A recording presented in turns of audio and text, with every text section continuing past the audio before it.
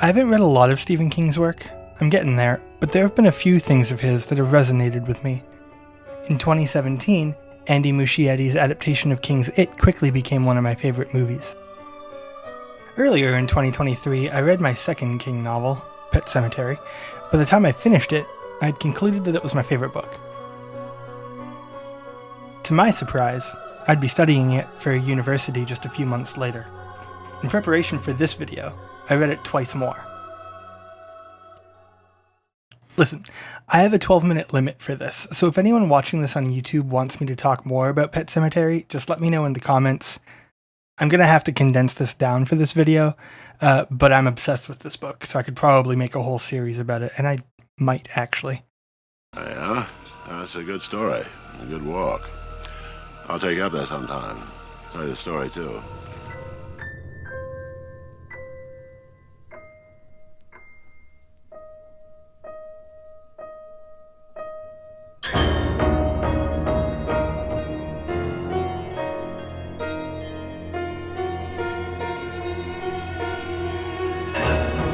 There is a pathway that leads through these two stories, connecting them, and it's not just the highway exit that leads to Derry. In It, the town of Derry is complicit in allowing Pennywise to continue to take children. The adults of Derry seem to be put under a spell that has them looking past the strange and awful things happening around them and, well, also participating. Hi, Daddy. Hey, baby. Tell me you're still my little girl. Yes, Daddy. In Pet Sematary, the Micmac burial ground appears to be drawing people to it and influencing the world around it, even at quite a distance, to make sure anyone who might bring in a body can do so. Of course, this is actually two things. The first is literally a magical burial ground influencing the world around it, and the second is what King is trying to say about the human condition in any given story. This is the place where the dead speak.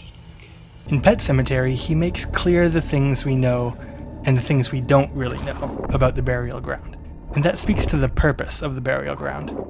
That is, sometimes we must accept that which we don't understand. If you go and read The Power of Horror, an essay in abjection by Julia Kristeva, you'll find that she says, "It is thus not a lack of cleanliness or health that causes abjection, but what disturbs identity, system, order. What does not respect borders, positions, rules. The in-between, the ambiguous, the composite." This is the foundation of psychological horror, and it's also the very thing that King is telling us that we must accept. See, while Gage is coming back as whatever it is that he returns as, is absolutely abject, seeing a baby lying lifeless on the road, a baby dying at all, is just as abject. Babies are symbolic of life. They're new, they have more life ahead of them than the rest of the people on the planet. Most of all, their parents. The death of a baby doesn't respect the inherent rules of life as we understand them. Through the novel, Lewis allows this astonishingly abject event in his life to hurt his family even further. No fair. King impresses upon this idea throughout the novel in many ways, and like the hike to the burial ground, he funnels us into the conclusion that he's looking for.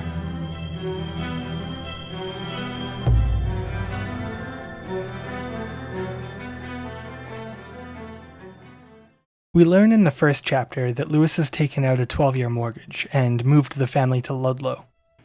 So it might be worth pointing out the on-the-nose naming conventions that King uses here.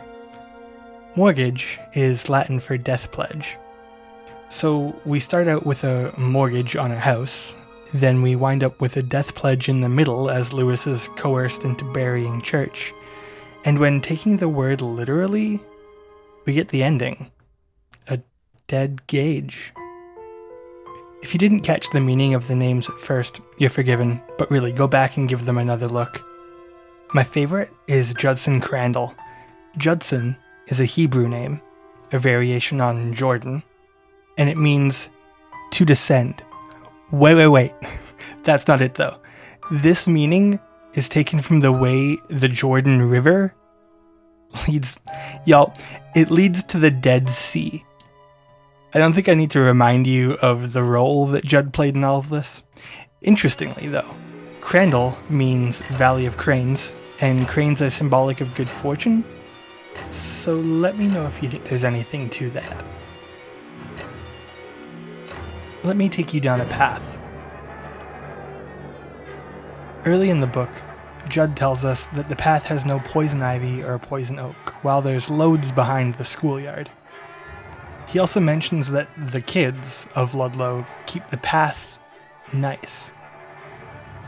At the pet cemetery, the deadfall provides a strange landmark that Lewis describes as too perfect for a work of nature.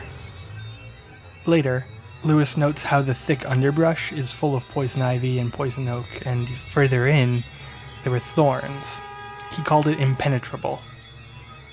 The only direction anyone can go, if not heading home, is over the deadfall. While climbing the deadfall should be nearly impossible, every time someone tries while carrying a body to bury, the land seems to just guide them. Even Zach McGovern and his prize bull Hanratty, they made it over. But when Lewis tries to climb it without a body in tow, he fails miserably. Throughout, there's talk of the Wendigo, and this, to me, seems like a whole-ass red herring, a complete diversion.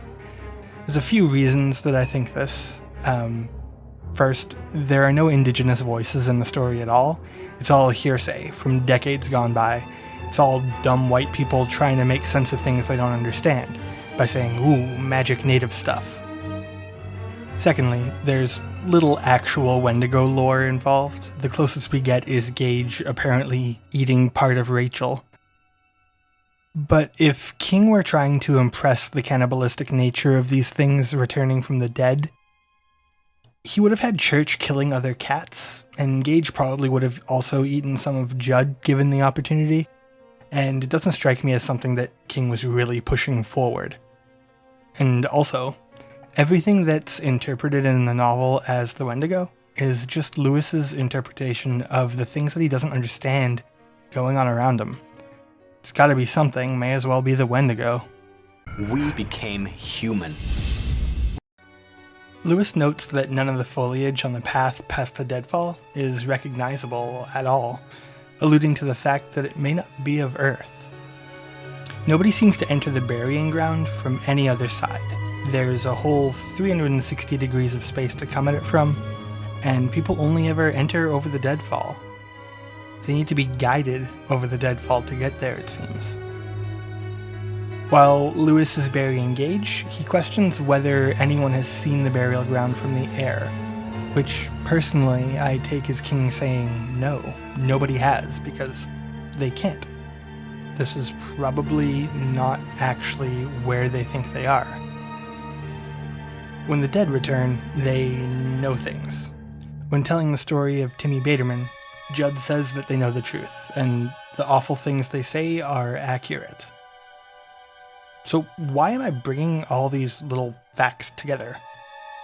Well, I think this speaks to the idea that the burial ground isn't actually part of Earth, or our reality as we know it.